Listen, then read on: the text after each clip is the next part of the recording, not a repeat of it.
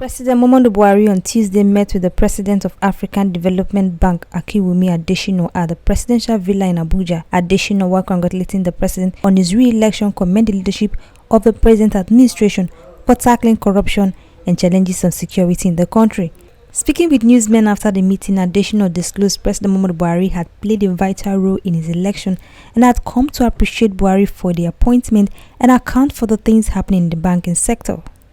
On the new strategy Nigeria needs to adopt to get power right, Adesina said there is need to adopt tariff structure and address the constraints in the power sector.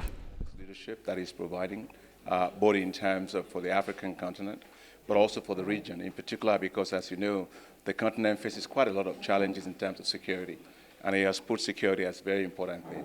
And obviously, it's not going to have trade or investment. It's not going to happen unless you have peace and security within the region. So I came first and foremost to commend him for what he's doing. Second, to congratulate him on his election, and also to brief him about what the bank is doing in Nigeria. As you know, I was elected president of the African Development Bank with strong support of, President Buhari, President Jonathan, and President Obasanjo, all the heads of state. But most importantly, President Buhari played a very critical role in my election. So I came to say thank you and to give him also, as a good kid, I come back, you have to give account of what you've done. So I came to give Mr. President the account of what has happened at the bank. And quite a lot has happened at the bank in the last 3 years.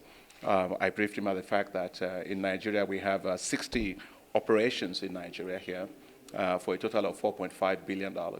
And you have about $2.8 billion of that, it's in the private sector. The transmission of power, it continues to be, Mr. President mentioned this to me, the power continues to be a problem.